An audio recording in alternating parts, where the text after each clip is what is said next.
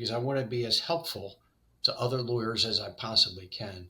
I want to help them overcome the many obstacles I've had to overcome in my career, and teach them, show them, support them, wrap my arms around them, lift them to get to a place where they feel happy and fulfilled rather than stressed and overwhelmed. The two characteristics that I think were helpful in the beginning and a huge part of my life today are gratitude, because often things in our life aren't what we want. There are a couple of circumstances in my life now that are not at all what I want. But when I think of all I have to be grateful for, they pale in comparison. And the most important thing, I think it's really so helpful for lawyers, and gratitude is for sure, but the other one is what I call acceptance. There are so many things in our life that we have no power over.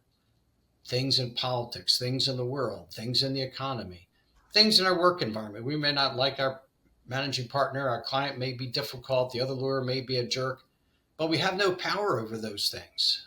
We can't control how our client speaks when he calls to us. We can try to manage it. We can try to respond appropriately, talk about the right way to say things. But the reality is we can't change other people's personalities or the circumstances.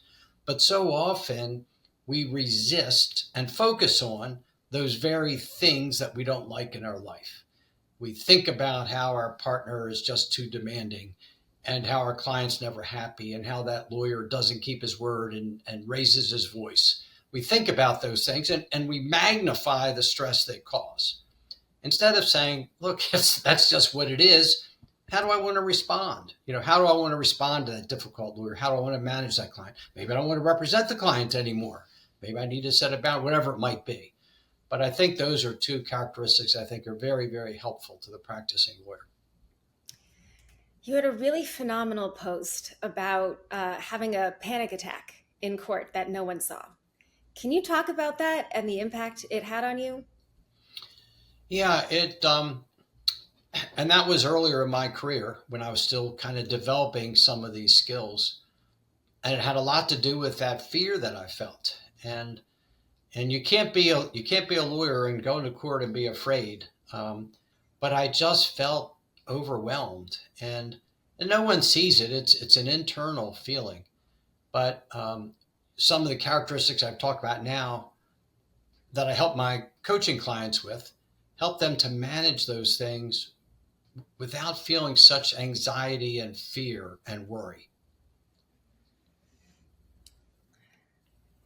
I think we all could use the improvements in all of those areas. You also speak about mental prisons. Can you talk about that? Sure. I wrote a book called Breaking Free, and I talk about the 12 prisons of our mind. And for each of them, I give tools of how to overcome them. And I guess I picked 12 because it was a round number. It could have been 10, it could have been 15.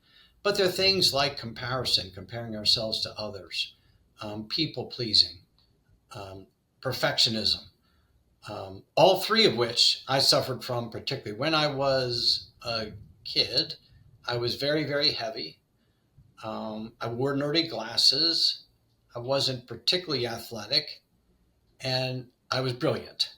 And the combination of those made me disliked by everybody, because no one likes the smart kid who makes their 68 look bad when the smart kid got a 98.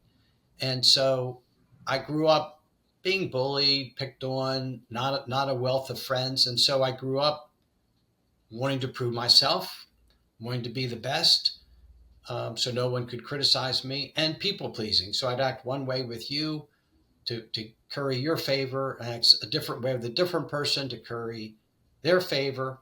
And for me, they were very prominent. The other one that for trial lawyers that I highlight in there is worrying about the outcome of cases, or might be circumstances in our life. We have no control over the outcome. When I think of health things, I've been through a couple of health things, and they're particularly hard because you want to be healthy. You don't want it to go the wrong way, but we really are powerless over it except to do what's recommended, see the doctor, get the test, whatever it might be. So in my book, I talk about those 12 mental prisons and ways to kind of manage them: perfectionism and people pleasing and comparing and worrying about the future and being influenced by our past. I mean, I've learned how much my past influenced how I behaved at certain times, um, like with people pleasing. Mm. Has your definition of success changed over time? Oh, that's interesting. So I think success, and it might have had to do with the stage of my life. In the beginning, it had a lot to do with stuff, not so much ostentatious stuff, but building a retirement account, funding school, making sure we had a nice home, um, and just making those things bigger. Making the retirement account bigger, and that was sort of where I was for most of my life. And I realize now it's just completely different. Um, I'm at a stage in my life where I can't do a whole lot about where I am with stuff and financially, but more than that, it's how do I want to be remembered? I love the book Everyday Legacy, because he was Cody Shewan wrote it. He actually was in the funeral industry, and then he was motivated to kind of look at his life and how do I want to be remembered? What relationships I want to have with my family members and my loved ones, and now that's my focus. How do I want to be remembered? And I want to do things that are fulfilling. When I sort of stepped away from the practice, came here, I could play golf every day. I live in a beautiful place, a lot of golf courses. I belong to a nice place, but it wasn't really fulfilling. It's nice to do now and then, but that's how I got into coaching, because I want to be as helpful to other lawyers as I possibly can. I want to help them overcome the many obstacles I've had to overcome in my career, and teach them, show them, support them, wrap my arms around them, lift them to get to a place where they feel happy and fulfilled rather than stressed and overwhelmed.